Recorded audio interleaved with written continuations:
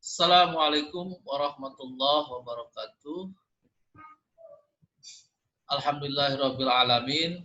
Bertemu kembali dengan pelajaran PPKN bersama Bapak Denny Kurniawan Asy'ari. Kali ini kita akan membahas tentang memaknai peraturan perundang-undangan. Materi kelas 8 semester 1, ya, KD yang ketiga. Ada 3 tujuan pembelajaran pada kesempatan kali ini. Yang pertama, diharapkan kalian mampu menjelaskan makna peraturan perundang-undangan nasional. Yang kedua, mampu menjelaskan makna tata urutan peraturan perundang-undangan nasional.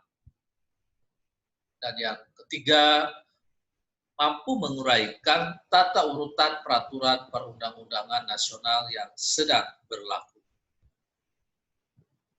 Baik, kita awali dengan sebuah pertanyaan sederhana, ya. Kira-kira apa yang akan terjadi jika dalam kehidupan kita tidak ada peraturan? Ya, betul sekali. Setidaknya ada 5 hal yang mungkin atau pasti akan terjadi ketika tidak ada peraturan. Yang pertama, terjadi kekacauan. Itu jelas. Ketika tidak ada peraturan, maka kehidupan masyarakat kita akan kacau. Yang kedua, muncul ketidakadilan. Yang ketiga, tentunya kejahatan merajalela karena tidak ada aturan.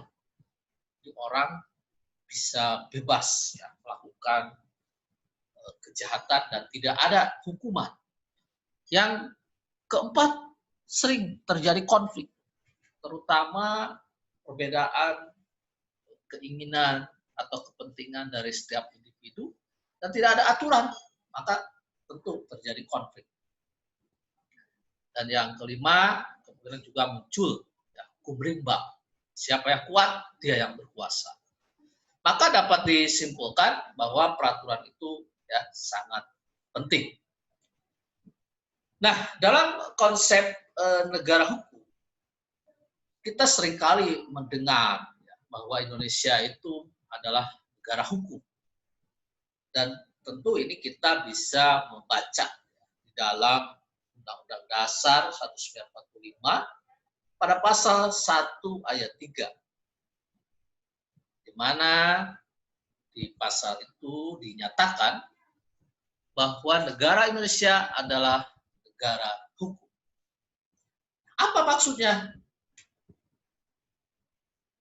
Bahwa dalam mengatur kehidupan bermasyarakat, kehidupan berbangsa, dan juga kehidupan bernegara, maka harus berdasarkan pada hukum yang berlaku. Artinya segala sesuatu harus atas dasar hukum. Begitu pula halnya dalam pemerintahan. Hukum inilah yang harusnya menjadi pedoman, ya, dari para pemimpin ataupun pejabat. Selanjutnya, bagaimana pengertian peraturan perundang-undangan? Ini bisa kita telusuri dalam Undang-Undang Nomor 12 Tahun 2011. Peraturan perundang-undangan itu adalah peraturan tertulis yang di dalamnya memuat atau berisi norma hukum yang mengikat secara umum, dibentuk atau ditetapkan oleh lembaga negara atau pejabat yang berwenang melalui suatu prosedur yang telah ditetapkan.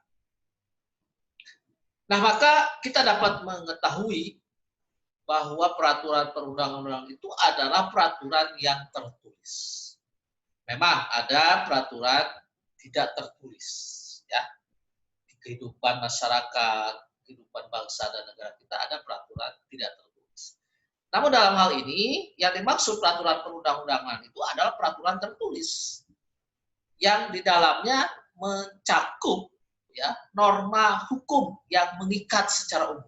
Artinya seluruh warga negara terikat ataupun harus mau ya, mentaatinya.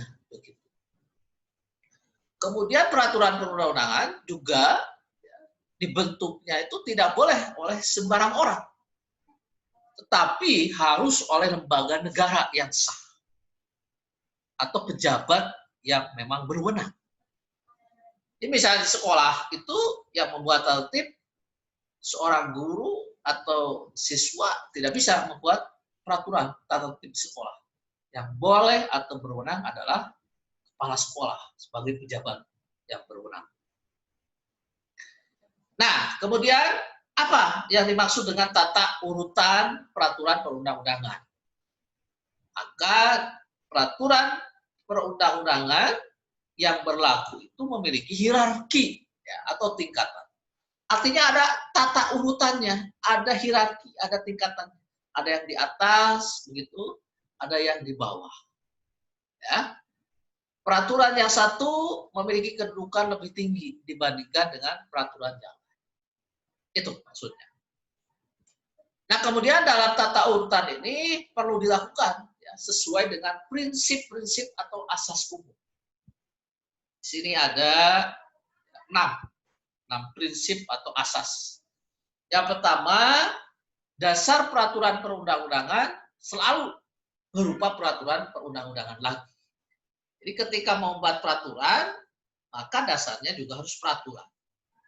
Kemudian yang kedua, peraturan perundang-undangan yang masih berlaku hanya dapat dihapus, dicabut, atau diubah oleh peraturan perundang-undangan yang sederajat atau lebih tinggi.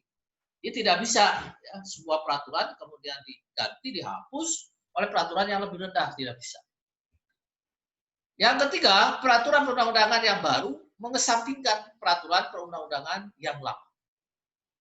Yang keempat, peraturan perundang-undangan yang lebih tinggi mengesampingkan ya, peraturan perundang-undangan yang lebih rendah. Dan yang kelima, peraturan perundang-undangan bersifat khusus mengesampingkan peraturan perundang-undangan yang bersifat umum.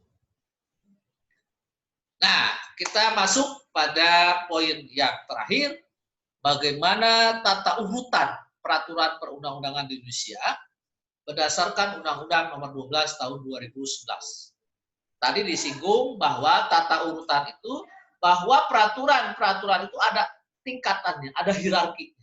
Ada yang paling tinggi, ada yang paling rendah. Nah, yang paling tinggi adalah Undang-Undang Dasar 45. Itu adalah peraturan tertinggi. Di bawah Undang-Undang Dasar adalah ketetapan MPR, TAP MPR. Kemudian di bawah ketetapan MPR ada undang-undang atau ya, peraturan pemerintah pengganti undang-undang. Kemudian di bawahnya ada peraturan pemerintah PP. Selanjutnya di bawahnya lagi ada peraturan presiden, Perpres. Di bawahnya lagi ada peraturan daerah provinsi, Perda provinsi, dan yang paling rendah, paling bawah adalah peraturan daerah kabupaten kota atau Perda kabupaten kota. Demikian sementara yang bisa Bapak sampaikan. Terima kasih. Assalamualaikum warahmatullahi wabarakatuh.